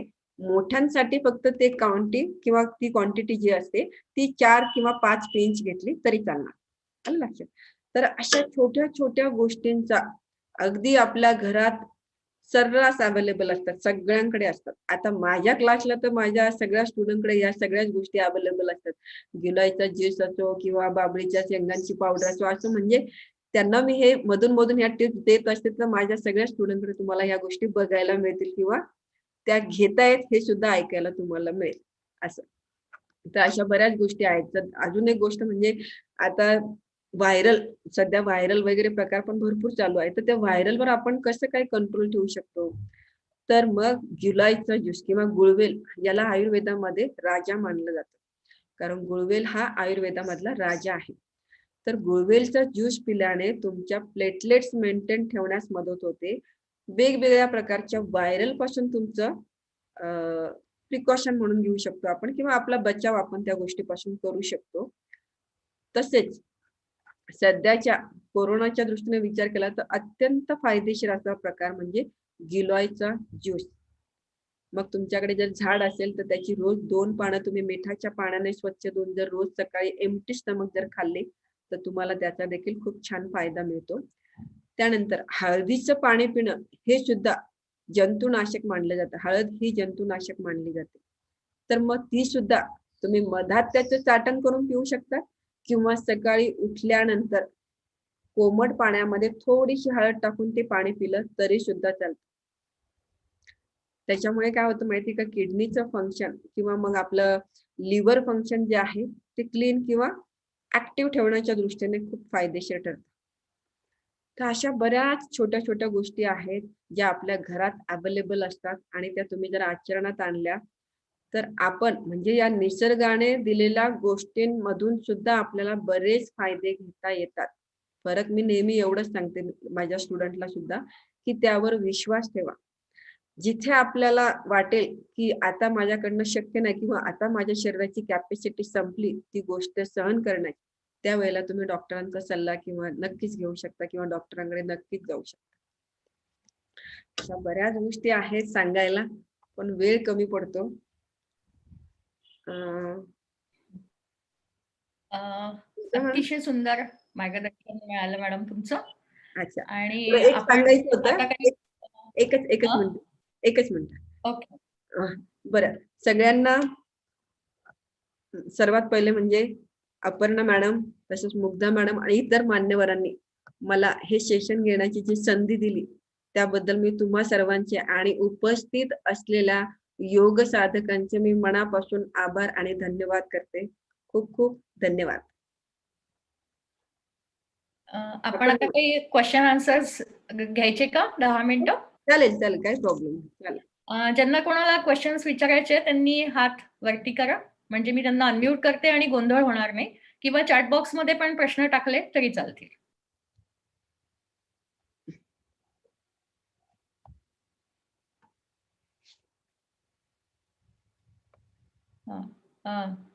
अनम्यूट युअरसेल्फ मेघा, अनम्यूट कर. मला विचारायचं होतं मॅडमने आता बाबळीच्या शेंगांचा जे उपयोग सांगितला ना ते परत सांगू शकतील का?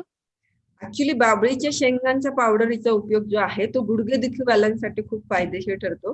म्हणजे थोडक्यात काय, तो ऑर्थरायटिस ज्यांना प्रॉब्लेम आहे त्यांच्यासाठी तो फायदेशीर आहे आणि प्लस ज्यांची शुगर खूप हाय लेवलला गेलेली आहे त्यांच्यासाठी देखील. पण मग ते रोज घेतलं पाहिजे की कसं? हो हो, आता समजा जर तुम्हाला गुडघ्यांचा आजार लेटेस्ट चालू झालेला असेल असे समजा फॉर एक्झाम्पल, तर तुम्ही ती आणि आयुर्वेदामध्ये एक गोष्ट नेहमी लक्षात ठेवायची की सीझन नुसार क्वांटिटी ही कमी जास्त करावी लागते. जसं आपलं वातावरण चेंज होतं त्यानुसार क्वांटिटी कमी जास्त पण करावी लागते. आता असं जरुरी नाही की मी जर तुम्हाला सांगितलं की तुम्ही रोज 2 चमचे बाबळीची शेंगांची पावडर घ्यायची एम्प्टी स्टमक कोमट पाण्यातून, पण मग त्या लेवलला जाण्यासाठी तुम्हाला आधी त्याची सुरुवात तुम्हाला अर्ध्या चमच्यापासून करावी लागेल. म्हणजे सुरुवात तुम्ही अर्ध्या चमच्याने केली, 1 आठवड्याने त्याचा 1 चमचा करायचा, मग परत 1 आठवड्याने 1.5 चमचा, आणि जर तुमच्या शरीराला ते सूट व्हायला लागेल तर तुम्ही डायरेक्ट 1 चमच्यावरून 2 चमचे पण घेऊ शकता. म्हणजे असं त्याच्यामध्ये बदल करावे लागतात. पण आता बरेच जण पुस्तकात वाचलं किंवा युट्यूबवर बघितलं की लगेच जेवढी क्वांटिटी सांगितलेली असते तेवढं घेऊन ते मोकळे होतात. पण तसं नसतं. प्रत्येकाची प्रवृत्ती, जसं आपल्या शरीरामध्ये वात, पित्त, कफ हे 3 प्रकारचे दोष असतात आणि प्रत्येकामध्ये ते वेगवेगळ्या प्रकारच्या लेवलला असतात. कोणामध्ये बॅलन्स मध्ये असतात, तर कोणाची पित्त प्रवृत्ती जास्त असते, तर कोणाची कफ प्रवृत्ती जास्त असते. तर या सगळ्या गोष्टींचा विचार करून किंवा आपल्याला आपल्या शरीरामधले जे काही चेंजेस असतात किंवा जे काही दोष असतात ते आपल्याला माहिती असतात. आता समजा माझ्या शरीरामध्ये सगळ्या प्रकारचे दोष किंवा जे प्रवृत्ती आहे, वृत्ती आहेत, वात, पित्त, दोष हे इक्वल आहे. त्याच्यामुळे मी कोणती गोष्ट घेतली तर माझ्या शरीरावर त्याचा लगेच कोणताही प्रकारचा साईड इफेक्ट म्हणण्यापेक्षा त्याची रिॲक्शन होणार नाही. कारण बऱ्याच जणांच्या बाबतीत काय होतं की त्यांनी ते औषध घेतल्यानंतर मग बऱ्याच जणांच्या कदाचित पोटात दुखू शकतं किंवा लूज मोशन होऊ शकतात. पण मग ती क्वांटिटी मी जसं सांगितलं त्या पद्धतीने जर तुम्ही स्टेप बाय स्टेप पुढे गेलात तर मग तुमच्या शरीरावर त्याचा एवढा साईड इफेक्ट होणार नाही आणि हळूहळू कोणतीही गोष्ट शरीराला सूट व्हायला आपण त्याला वेळ दिला पाहिजे. आपण काय करतो, शरीराला गृहीत धरतो की मी जे खाल्लं ते तू लगेच एक्सेप्ट केलं पाहिजे, पण तसं नसतं. आपल्याला शरीराप्रमाणे चालावं, शरीराचे सिस्टम जे आहे आपल्या त्यानुसार आपल्याला चालायचं असतं. आपल्या मनाप्रमाणे शरीरने चालत असं असतं. मग त्यानुसार तेवढी एक गोष्ट तुम्ही लक्षात ठेवली पाहिजे. बाबळीची पावडर कुठे मिळते? म्हणजे आपण घरी तयार करायची असते की आयुर्वेदिक दुकानामध्ये नाही नाही नाही नाही, ती दगडू तेलाकडे तुम्हाला अवेलेबल आहे.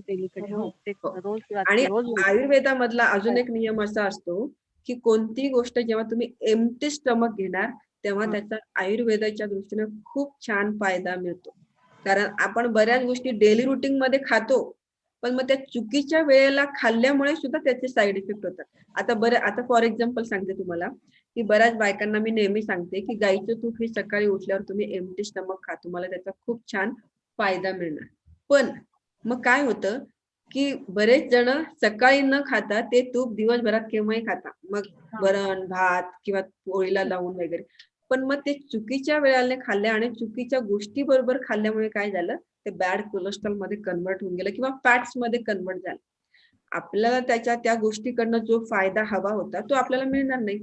म्हणून कोणती गोष्ट शक्यतो एम्प्टी स्टमक घ्या. मग भलेही तुम्ही आता समजा फॉर एक्झाम्पल आता मंडे टू सॅटर्डे आपण जर असं ठरवलं तर माझ्या दृष्टीने मी माझा स्वतःचा अनुभव सांगते की मी जेव्हा एखादी गोष्ट घेते तर सोमवारी मी गिलोयचा ज्यूस घेते, मंगळवारी मी बाबळीची पावडर घेणार, त्याच्या तिसऱ्या दिवशी मी मेथी घेणार.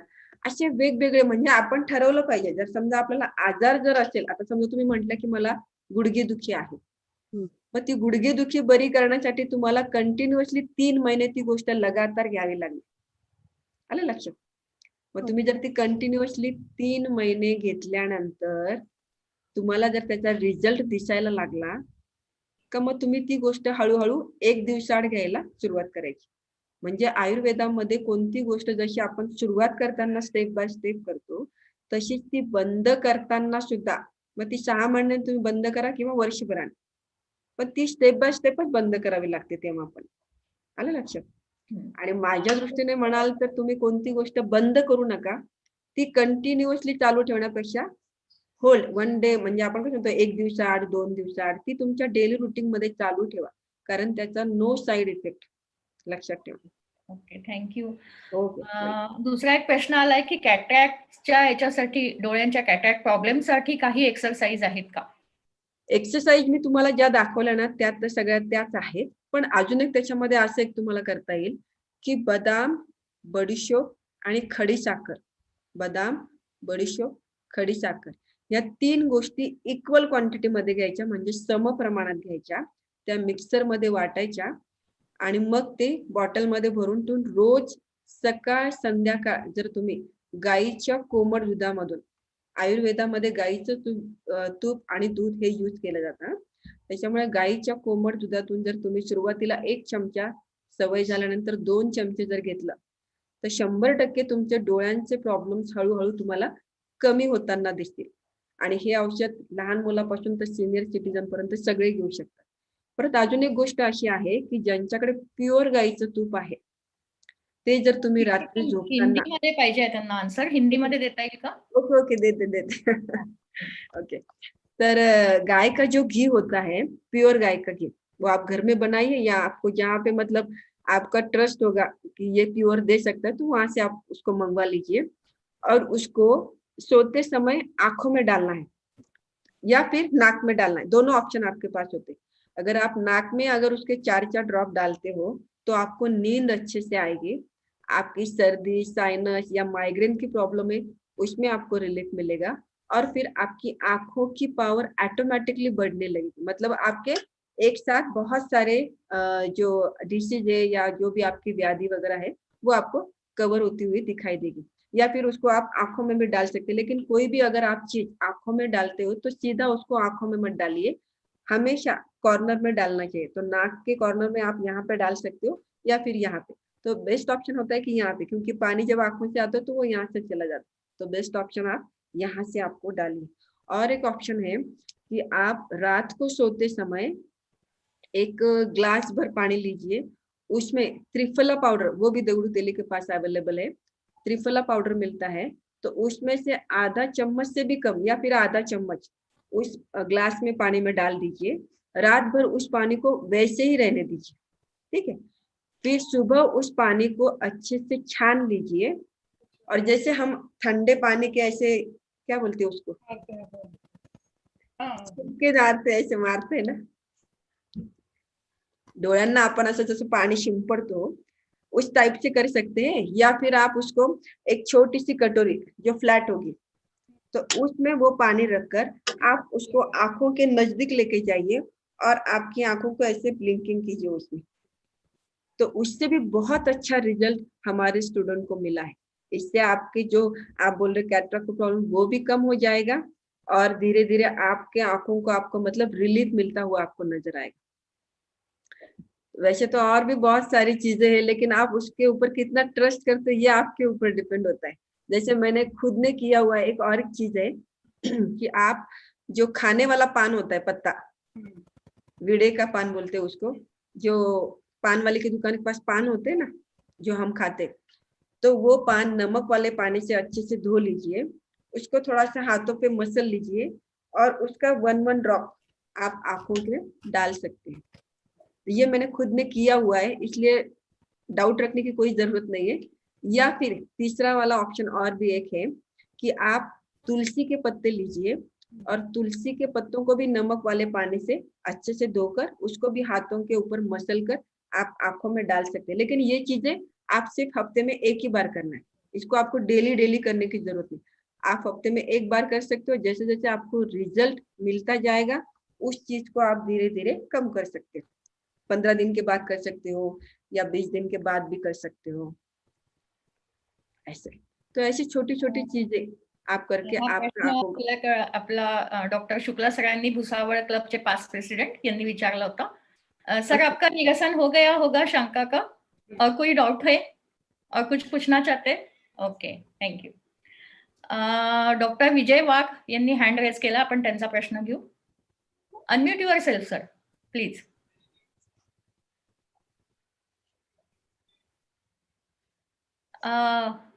अनम्यूट करा सर तुम्ही। हा ओके, बोल विचारा। झालो madam, thank you. First of all thank you madam.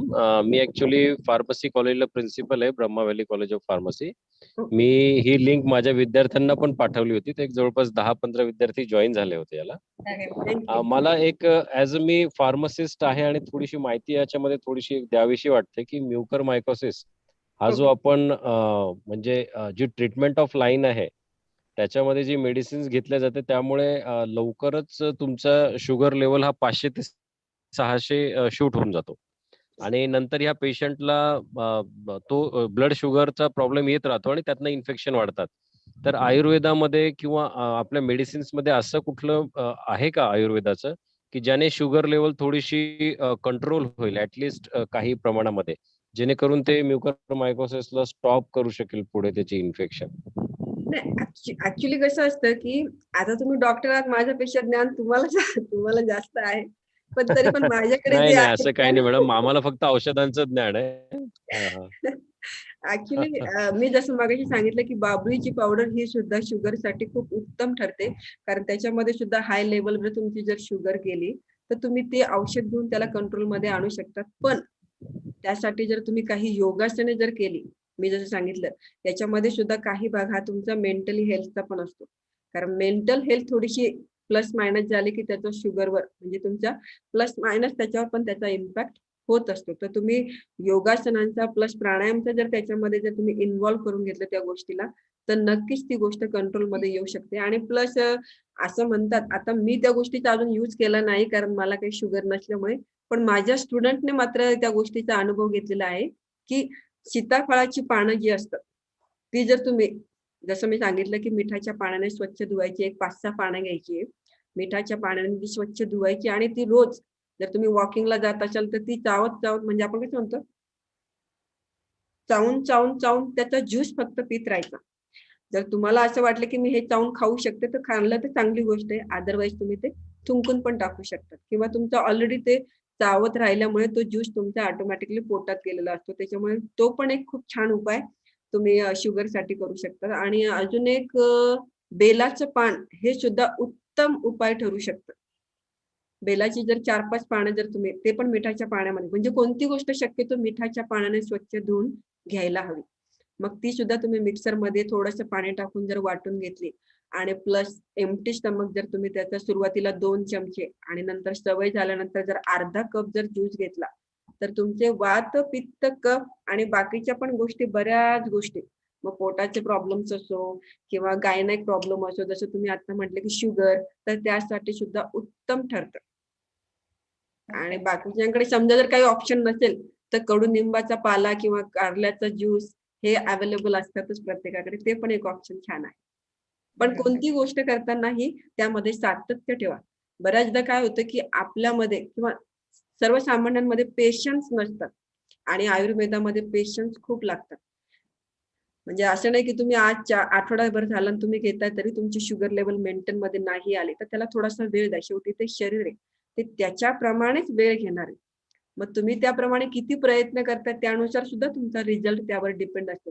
तुम्ही जर योगासने पण केली, आयुर्वेदाला पण तितकंच महत्व दिलं आणि शुगरच्या रिलेटेड ज्या काही गोष्टी असतात, पथ्य पाणी आपण ते थोडक्यात म्हणू, त्या जर तुम्ही थोड्याफार प्रमाणात फॉलो केल्या, कारण कोणती गोष्ट 100% कोणालाच पॉसिबल नाही, अगदी मला सुद्धा नाही. थोडंसं प्लस मायनस चालतं, पण कमीत कमी आपण 70 ते 80% ती गोष्ट करण्याचा किंवा ती बॅलन्स ठेवण्याचा प्रयत्न जर आपण केला तर नक्कीच आपण या सगळ्या गोष्टींवर किंवा या व्याधींवर आपण कंट्रोल करू शकतो किंवा कंट्रोल म्हणण्यापेक्षा क्युअर करू शकतो ही गोष्ट. कारण आयुर्वेदामध्ये आजार क्युअर केला जातो आणि ॲलोपॅथिक औषधांमध्ये आजार कंट्रोलमध्ये आणला जातो. तर आपल्याला कंट्रोल नाही करायचा, आपल्याला तो आजार क्युअर करायचा आहे, मुळापासून त्याला आपल्याला बरं करायचं आहे. असं मी आशा करते की माझ्या दुसरा एक प्रश्न आलाय मॅडम, डायजेस्टिव्ह सिस्टीम चांगली करण्यासाठी काय करावं? आता मी जसं सांगितलं, पण त्यांना कशाच्या बाबतीत पाहिजे, आसनांच्या बाबतीत काय आयबीएस म्हटलं त्यांनी. काय काय आयबीएस मला पण नाही कळलं. आयबीएस म्हणजे काय? त्यांना अनम्यूट करायचा प्रयत्न करते हो. पण आदिती भालेराव मॅडम, तुम्ही अनम्यूट करू शकता स्वतःला आणि प्रश्न विचारू हॅलो शकता. मॅम. हा बोला ना. हा मॅम, बोला. डायजेस्टिव्ह सिस्टमची स्ट्रेंथ इन्क्रीज करण्यासाठी आपल्याकडे काही टिप्स आहेत का? म्हणजे for example Wien you suffering from dysentery, like it's a disease. Okay. Actually IBS is a disease. Suppose कुठलंही काही खाल्लं की लगेच त्यांना म्हणजे आलं लक्षात. वॉशरूमसाठी जावं लागतं. सो हा, आलं लक्षात. याच्यासाठी काही टिप्स आहेत का मॅम तुमच्याकडे?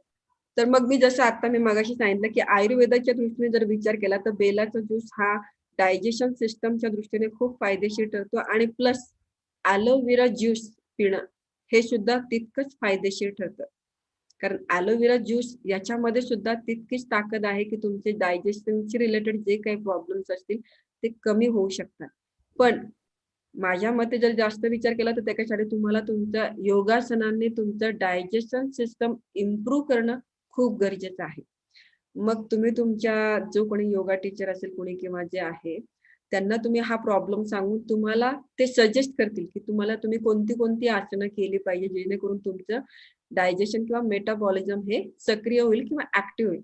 ते जसं ऍक्टिव्ह होत जाणार, बऱ्याचदा काय होतं की आपलं यकृत, आपलं डायजेशन सिस्टम जरी चांगलं असलं तरी त्याच्या वरचे जे पार्ट असतात जसं यकृत, जठर किंवा लिव्हर वगैरे हे जे वरचे सिस्टम्स असतात ते चांगलं काम करत नसतील तर खालचं डायजेशनचं चांगलं काम करून उपयोग नाही. कारण वरतूनच जर तुम्हाला चांगला रिझल्ट नाही मिळाला तर खालचा रिझल्ट तुम्हाला इंटेस्टाईनचा मिळणार नाही, असं होतं.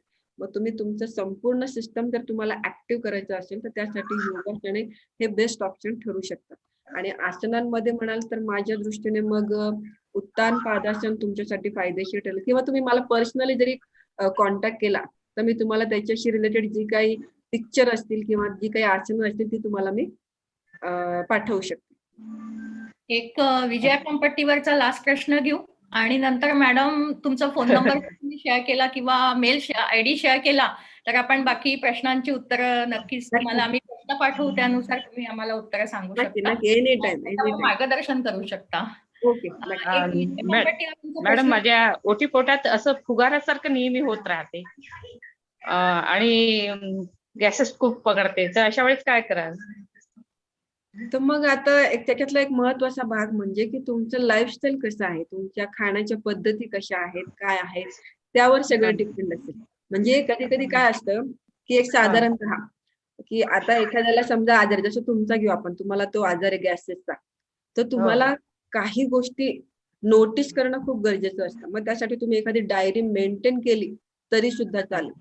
मग ते आता समजा आज जर मी डायरीमध्ये मेन्शन केलं की मी आज असं असं केलं, म्हणजे खूप नाही लिहायचं आपल्याला, जस्ट आपण आज सकाळी नाश्ता काय केला, दुपारच्या जेवणामध्ये आज आपण काय काय खाल्लं.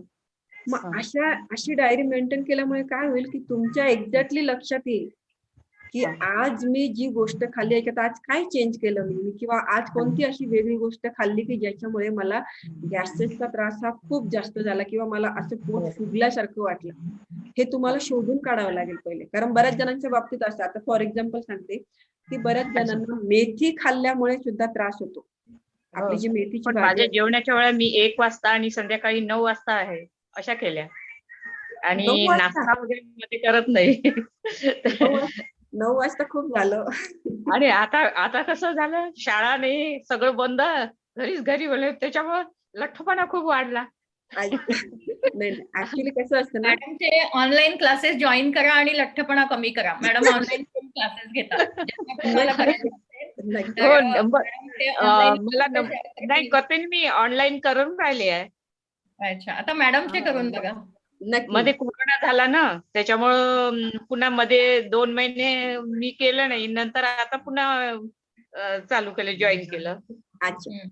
पण मग याच्यामध्ये योगासनांचा पण तितकाच प्रभाव तुमच्या शरीरावर होईल. मी जसं सांगितलं की आपलं सिस्टम, आपलं शरीर पहिलं ऍक्टिव्ह असणं खूप गरजेचं आहे. ऍक्टिव्ह झाल्यानंतर मग तुम्ही तुमच्या डेली रुटीन मध्ये काय काय गोष्टी खातात किंवा पितात याच्यावर सुद्धा तुमचं नियंत्रण असलं पाहिजे आणि तुमची नजर त्यावर असली पाहिजे. आता तुम्ही जसं म्हटल्या की मी दुपारी 1 वाजता जेवण करते आणि संध्याकाळचं जेवण माझं 9 वाजता असतं, तर हा डिस्टन्स खूप जास्त झाला. आणि तुमच्या वयाच्या असं मला तुमचा चेहरा बघून असं वाटतं की वयाच्या मानाने तो डिस्टन्स खूप जास्त आहे. तो टाइम तुम्ही माझ्या मते कमी करा, किंवा एकदम सोपी गोष्ट अशी ठरेल की त्यापेक्षा मग तुम्ही संध्याकाळच्या जेवणामध्ये लाईट आहार घ्या. मग तुम्ही खिचडी खाऊ शकतात, राजगिऱ्याचा लाडू, दूध वगैरे असं घेऊ शकतात, किंवा मुरमुरे घेऊ शकतात, जेणेकरून तुमचं वजन पण वाढणार नाही. पण आपली मेंटॅलिटी कशी असते ना, सगळ्यांनी जेवण केलं, मी तर अजून जेवणच केलं नाही, मला ते 2 टाइम जेवायची सवय आहे. तसंच होते ना, उरलं का असं वाटतं वाया जाऊ नये. मला वाटतं सगळ्यांच्या शंकांचं निरसन अतिशय चांगल्या मार्गदर्शन करून तुम्ही केलेलं आहे. आणि मॅडम तुमचा नंबर मी सगळ्यांना शेअर करू का? नक्की. ईमेल आयडी तुमचा काही असेल तर तुम्ही मला पाठवा, त्यावरती आम्ही तुम्हाला मेल करू, आणि काही अजून काही शंका असतील तर त्या मेलवरती तुम्हाला विचारू शकता. अच्छा, नक्की. आता पाठवू की नंतर पाठवू तुम्हाला? मला केव्हाही पाठवला तरी चालेल, मी तो फॉरवर्ड करून टाकेल माझ्या सगळ्या ग्रुपला. आणि आता तुम्ही चॅटबॉक्स मध्ये जर टाकलं तर बाकी इतर कोणी असेल तर त्यांना सुद्धा तुमचा मेल आयडी आणि फोन नंबर मिळून जाईल, किंवा फोन नंबर तुम्ही अनाऊन्स करा तसं पण चालेल, आणि मेल आयडी पण अनाऊन्स करा तसं पण चालेल. म्हणजे ज्यांना हवं असेल ते लिहून घेतील आणि मग तुम्हाला मेल करतील, आणि त्यांच्या शंकांचं समाधान तुम्ही आरामात व्यवस्थित त्यांच्या प्रत्येक केस वाईज करू शकाल. नक्की. काहीच प्रॉब्लेम नाही. दुसरा पण द्या. तुम्ही फोन नंबर आणि हे सांगता का? हो, मी फोन नंबर पाठवते आता चॅट बॉक्स मध्ये. पण तरी एकदा अनाऊन्स पण करा, चॅट बॉक्स मध्ये पण टाका आणि अनाऊन्स पण करा. हो, नक्की. 2292. माझा फोन नंबर आहे. येस. आणि जाधव हे ईमेल आहे. माझा फोन नंबर, मोबाईल नंबर आहे 8308804182. परत एकदा सांगते, 8308804182. 88041882. दुसरा अजून एक नंबर आहे माझा 8669022921. परत एकदा रिपीट करते 8669022921. आणि माझा ईमेल आयडी पण मी आता चॅट बॉक्स मध्ये टाकलेला आहे. jadhav.kv1978@gmail.com. पुन्हा एकदा सांगते jadhav.kv1978@gmail.com.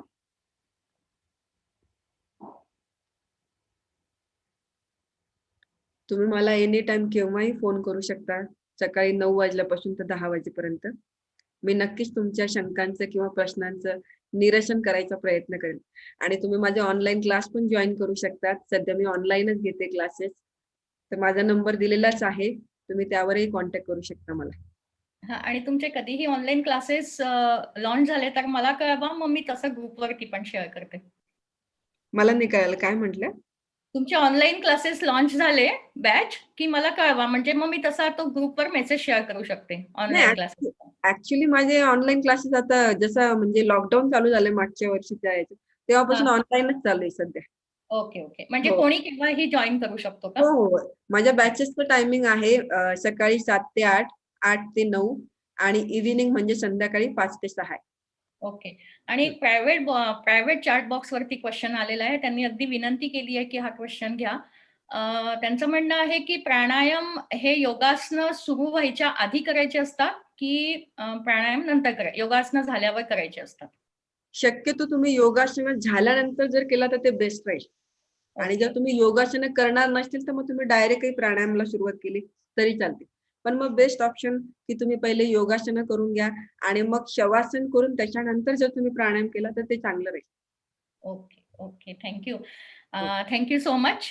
मी आजच्या कार्यक्रमाच्या शेवटाकडे येत आहे आणि आभार प्रदर्शन केल्याशिवाय हा कार्यक्रम पूर्ण होऊ शकत नाही. मला एक सांगायचं होतं मॅडम की हा, बिलकुल. प्रतिभा मॅडमने खूपच सुंदर गाणं म्हटलं, ते योगगीत मला खूप आवडलं. त्यांना खूप खूप धन्यवाद. हो हो, अगदी. कार्यक्रमाची सुरुवात प्रतिभावंत प्रतिभा चौधरीच्या सामाजिक संदेश देणाऱ्या सुरेख प्रार्थना करून दिल्याबद्दल मी rotary club of Nashik smart city कडून प्रतिभा चौधरी यांचे आभार मानते. योगा हा केवळ व्यायामाचा प्रकार नाही, तर शरीराला तंदुरुस्त ठेवण्याचा सोपा मार्ग आहे. आपल्या आयुष्यात व्यायाम आणि योगाचे अतिशय महत्व आहे. दररोज योगा केल्याने शरीराला नवीन ऊर्जा मिळते. योग आपल्याला विविध आजारांपासून दूर ठेवतो. योग हे शरीराला जोडून ठरवण्याचे विज्ञान आहे. याचे शरीर, आत्मा असे अनेक योगाचे फायदे, योग मुद्रा आणि त्याचे अनेक फायदे आयुर्वेदिक उपचार पद्धती जे आपण सहज घरच्या घरी करू शकतो. त्याचे योगाचे महत्व अगदी सहज, सोप्या भाषेत आणि प्रात्यक्षिकासहित कीर्ती जाधव मॅमने आम्हाला मार्गदर्शन केले. आमच्या विनंतीला मान देऊन आपल्या बिझी स्केड्यूल मधून वेळ काढून आम्हाला योगा डेच्या दिवशी इतका सुंदर मेसेज आणि प्रोग्राम दिला. Rotary club of Nashik smart city कडून मी त्यांचे मनापासून आभार मानते. आजच्या कार्यक्रमाला वेळ काढून उपस्थित असणारे सर्व रोटरी मान्यवर, पीडीजी दादा देशमुख, भुसावळ रोटरी क्लबचे सदस्य, past president Rotarian Shukla sir, doctor Shukla sir, सगळ्यांचे मी मनापासून आभार मानते. तसेच आजच्या कार्यक्रमाला रोटेरियन धामणे सर होते, कॅटा फार्मा केमिकल्सच्या one of the director Indumati Bihani, past president Ravindra Shukla sir, यवतमाळवरून रश्मी नावलेकर मॅडम, लायन्स क्लबच्या प्रेसिडेंट मेघा पिंपळे, SBI बँकेच्या केळकर मॅडम आणि बीना बेहरे मॅडम, तसेच सगळे फॅमिली फ्रेंड्स यांनी आवर्जून आजच्या कार्यक्रमाला उपस्थिती दर्शवली. त्याबद्दल मी सगळ्यांचे मनापासून आभार मानते आणि हा कार्यक्रम संपला असे मी जाहीर करते. धन्यवाद. खूप खूप धन्यवाद. खूप धन्यवाद मॅडम, खूपच सुंदर कार्यक्रम झाला. थँक्यू. थँक्यू. तुम्ही मला ही संधी दिली म्हणून मी हे करू शकले, त्याबद्दल तुम्हा सगळ्यांचेच आभार. रोटरी क्लब स्मार्ट सिटी नाशिकचे हो, हो. आणि आता फिजिकल जेव्हा सुरू होईल ना, तेव्हा आपण अजून एकदा सेशन करू. म्हणजे फिजिकल सगळ्यांना करवून घेण्यात येईल. योग नक्की निद्रा, शवासन या सगळ्यांचं ध्यानमुद्रा या सगळ्या नक्की गोष्टी आपण फिजिकल पण करून घेऊ. नक्की. नक्की एनी टाइम केव्हाही. सोबत असंच कनेक्ट राहा नेहमीसाठी. हो हो हो हो. धन्यवाद. धन्यवाद. नमस्कार. YouTube आपण लाईव्ह झालेलो आहे. तर आपण YouTubeची लिंक मी लवकरच शेअर करते.